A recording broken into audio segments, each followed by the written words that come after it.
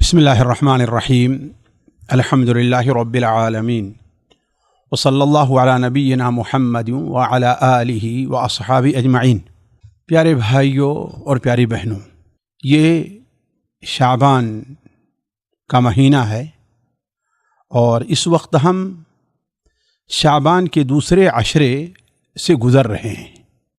شعبان کی 15ویں تاریخ، جس کے ہمارے یہاں غیر معمولی اہمیت حاصل ہے، وہ بالکل قریب ہے، بلکہ شاید جس وقت میری آواز آپ لوگوں تک پہنچے یہ وہی رات ہو یا آنے والی رات وہی یعنی 15 شعبان کی رات ہو۔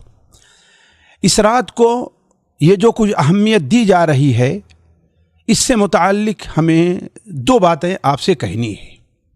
پہلی بات تو یہ ہے کہ بڑے سیدھے اور صاف الفاظ میں یہ ہے کہ نبی کریم حضرت محمد مصطفیٰ صلی اللہ علیہ وسلم، جنہوں نے ہمیں سنت کی پیروی کا حکم دیا ہے اور بدعات سے بچنے اور بدعات سے دور رہنے کی تاکید فرمائی ہے، حتیٰ کہ آپ صلی اللہ علیہ وسلم نے یہاں تک ارشاد فرمایا کہ میں تمہارے درمیان دو چیز چھوڑ کر کے جا رہا ہوں، جب تک انہیں مضبوطی سے تھامے رہو گے کبھی گمراہ نہیں ہوگے، اللہ کی کتاب اور میری سنت۔ اسی طریقے سے آپ صلی اللہ علیہ وسلم نے بڑی صراحت کے ساتھ، بلکہ ہر خطبے میں آپ فرمایا کرتے تھے فَإِنَّ كُلَّ مُحْدَثَةٍ بِدْعَةٍ وَكُلَّ بِدْعَةٍ ضَلَالَةٍ، اور سنن نسائی میں اتنا اضافہ وَكُلَّ ضَلَالَةٍ فِي النَّارِ۔ یاد رکھو، اس میں کوئی شبہ نہیں کہ دین میں ہر وہ چیز جو نئی ایجاد کی جائے وہ گمراہی ہے۔ یہ آپ صلی اللہ علیہ وسلم کا فرمان ہے، کسی دوسرے کا قول نہیں ہے۔ فَإِنَّ كُلَّ مُحْدَثَةٍ بِدْعَةٍ وَكُلَّ بِدْعَةٍ ضَلَالَةٍ، اور ہر نئی چیز، ہر بدعت جو ہے وہ گمراہی ہے۔ آپ صلی اللہ علیہ وسلم نے کہا ہر بدعت گمراہی ہے، یہ نہیں کہ ہاں بھائی یہ بدعت حسنہ بدعت سیئہ، جس طرح اگرچہ بدعت حسنہ اپنے طور پر کہتے ہیں، لیکن شریعت میں کوئی بدعت حسنہ نہیں ہے۔ فَإِنَّ كُلَّ مُحْدَثَةٍ بِدْعَةٍ وَكُلَّ بِدْعَةٍ ضَلَالَةٍ، اور ہر ضلالت گمراہی ہے، اور ہر گمراہی نعوذ باللہ من ذالک جہنم میں لے جانے والا راستہ ہے۔ ہمیں دائیں طرف یا سیدھے لے کر کے نہیں جائے گا، ہمیں بائیں طرف لے کر کے جائے گا، جہنم کا راستہ ہے۔ اب سوال یہ ہے میرے عزیزوں، میرے اس بات پر غور کریں، نقطے پر۔ نبی کریم صلی اللہ علیہ وسلم کی نبوی زندگی میں 23 بار شعبان کا مہینہ آیا ہے، اور مدینہ منورہ یعنی ہجرت کرنے کے بعد نبی کریم صلی اللہ علیہ وسلم کی زندگی میں 10 بار شعبان کا مہینہ آیا ہے۔ تو کیا کوئی یہ ایک حدیث بھی لا کر کے ثابت کر سکتا ہے کہ نبی کریم صلی اللہ علیہ وسلم اس رات کو چراغاں کرتے تھے؟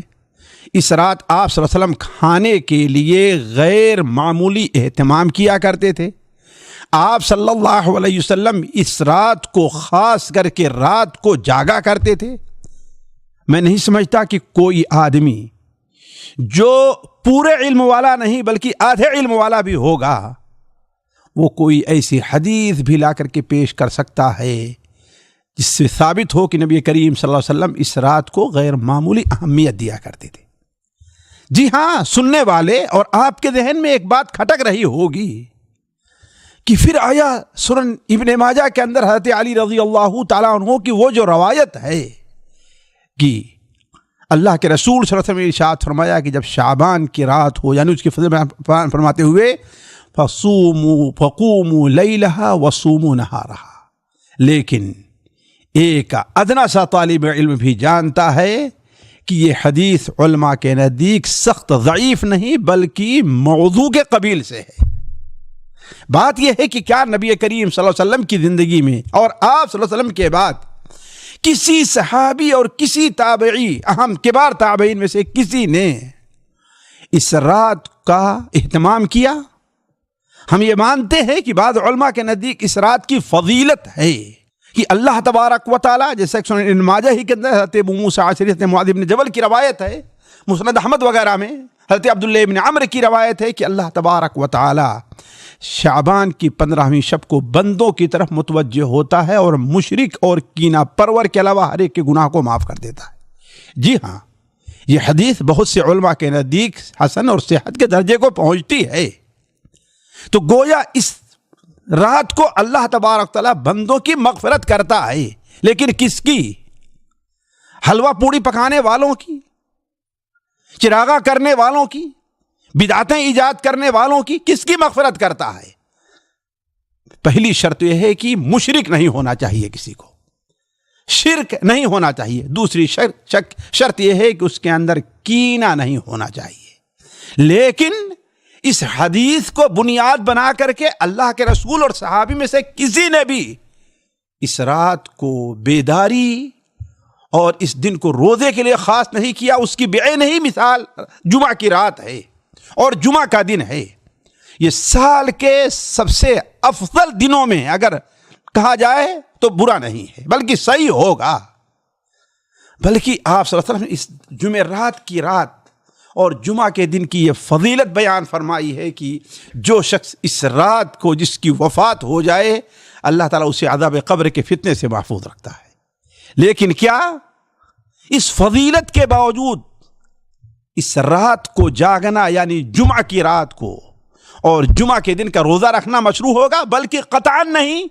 آپ صلی اللہ علیہ وسلم نے ارشاد فرمایا کہ جمعرات کی رات کو عام راتوں کو چھوڑ کر کے قیام کے لیے خاص نہ کرو اور جمعہ کے دن کو خاص کر کے روزے کے لیے نہ خاص کرو۔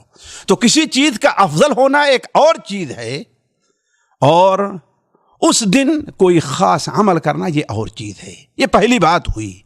دوسری بات یہ ہے کہ کیا ہم اور آپ اس طرف آتے ہیں کہ اس مبارک مہینے میں نبی کریم صلی اللہ علیہ وسلم کا جو معمول رہا ہے، یعنی بکثرت روزہ رکھنا، کیا ہم نبی کریم صلی اللہ علیہ وسلم کی سنت کو اپنانے کی طرف آئیں گے؟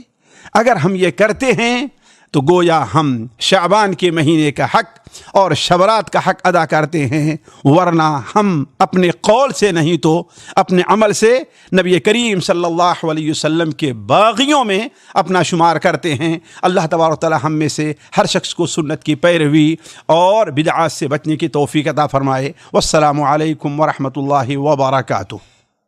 سامعین اکرام، ہمارے علمی اور عوامی دروس اور سوال و جواب کی مجلسوں سے آپ خود بھی مستفید ہوں اور اپنے دوست و احباب کے ساتھ بھی شیئر کریں۔ عین ممکن ہے کہ آپ کے شیئر سے کسی کی اصلاح اور آپ کے لیے صدقہ جاریہ بن جائے۔ واٹس ایپ پر اسلامک میسج حاصل کرنے کے لیے نمبر نوٹ فرمائیں: یعقوب عزیز 00966 5089 59707۔ واٹس ایپ سوال جواب گروپ میں ایڈ ہونے کے لیے نمبر نوٹ فرمائیں: عبدالسلام عمری 00966 502627 نمبر بھیجتے ہوئے نام اور پتہ ضرور لکھیں۔ اسی طرح ہمارے یوٹیوب چینل اسلامی دعویٰ کو ضرور سبسکرائب کریں تاکہ ہماری ہر نئی اور اہم ویڈیو کی اطلاع آپ کو فوری حاصل ہو جائے۔ تمام دروس، مقالات اور سوال و جواب سیریز کے لیے ہماری مشہور ویب سائٹ www.islamidawah.com کا مشاہدہ کرتے رہیں۔ السلام علیکم ورحمۃ اللہ وبرکاتہ۔